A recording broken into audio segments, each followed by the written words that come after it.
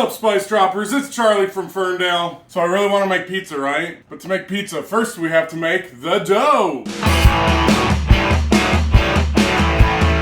Alright, the first step in making pizza dough is to get that yeast activated. So I have 3/4 of a cup of warm water here. It's right around 100 degrees. So I'm going to just cut open 1 packet of yeast here. You can buy these in any grocery store. They come in 3 packs. We're going to dump that yeast in. Make sure you get all of it out of this packet. Then I have 2 teaspoons of sugar here. But I'm only going to put half of this in there. We're going to put the other half in with the dough. Just give that a quick stir.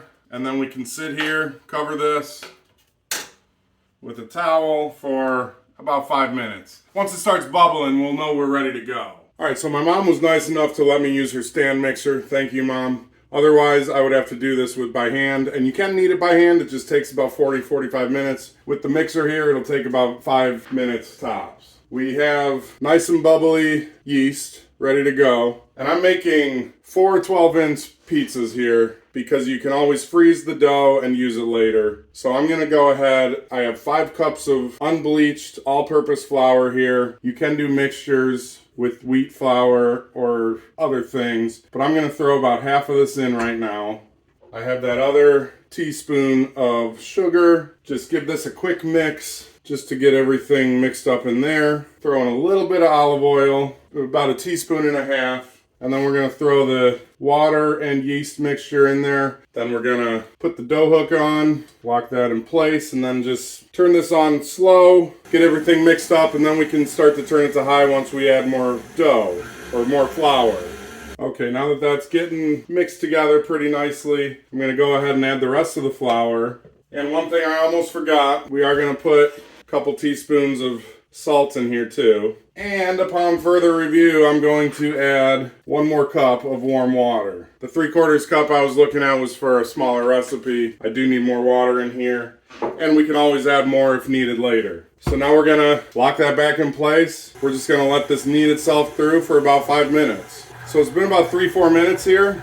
And you can see that dough is turned into one big ball that comes right off of that hook. And that's exactly what we're looking for. I might actually add a little water to this because it does seem a little bit dry, but you know, we're basically looking to be able to make a ball out of it. So I'm going to add some water, mix it for about another 30 seconds, and then we can bring this to the table. All right, so we have the dough here, and you can see you want it to be sticky, but still holds together. Like that's sticking to my fingers a little bit, but it's still holding it together in a ball. So now we're going to take some flour here and use this table for what I bought it for. Making some dough. Go ahead and take the dough out, put that there. We're going to sprinkle a little more on top. And because we use the stand mixer, you don't really need to do this that much, but we're just going to knead it together into a ball. So after you fold it over and knead it a few times, pushing it back into itself, you can make a ball. And what you're looking for is when you push down, it bounces back, which that is totally doing. So this is ready. Now I have a really big bowl because we're making, again, 4 crusts out of this, 4 12-inch crusts. But I'm going to put a little bit of olive oil in here. Just grab a little paper towel, get that on all the surfaces of this bowl, and then we can put this ball in here. So we got the ball in there, then we're going to cover that, and we're going to let that rise for about an hour. Okay, it has been just a little over an hour, and look at how much our dough has grown. That is perfect. So now we're going to take this out of the bowl, put that down on there.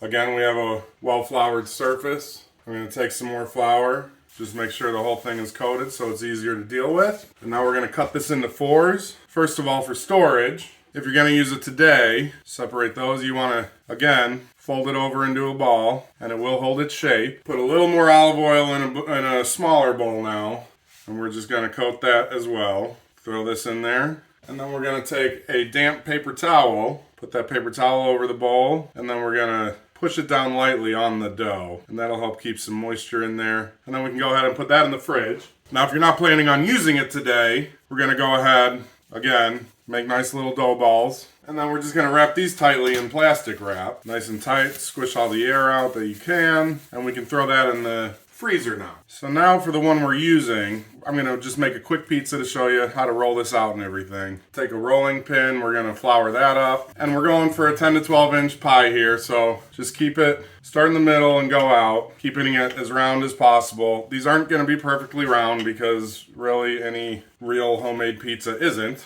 and you want to keep it as evenly thick as possible. And now you could keep rolling this out with a rolling pin, but I'm gonna switch camera angles and show you how to flip it. All right, it's been a couple years since I've done this. And you're using your knuckles.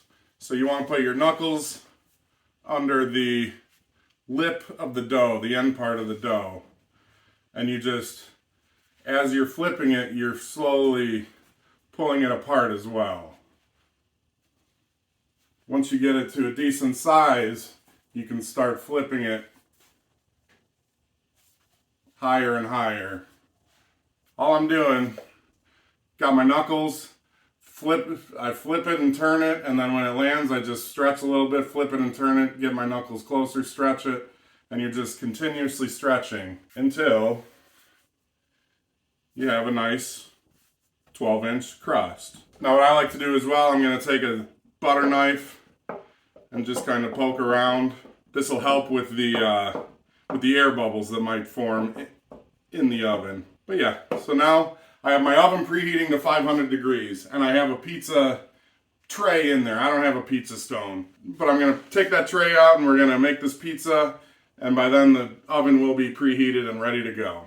All right, the oven's at 500. I took the tray out. Don't touch it with bare hands. It is very hot. I'm going to place my dough on top here. First comes the sauce.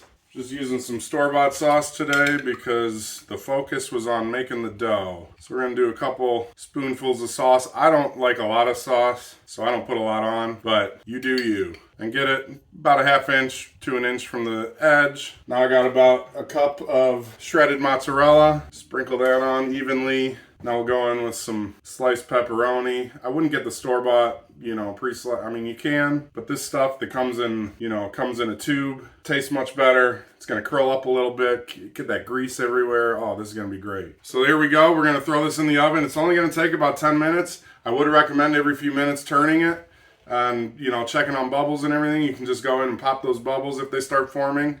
So we'll see you in about 10, maybe 12 minutes. All right, spice droppers, that just came out of the oven. It looks amazing.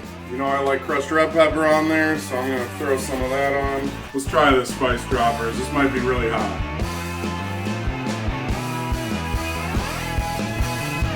Oh, no. This is 10 times better than a frozen pizza for sure. Oh!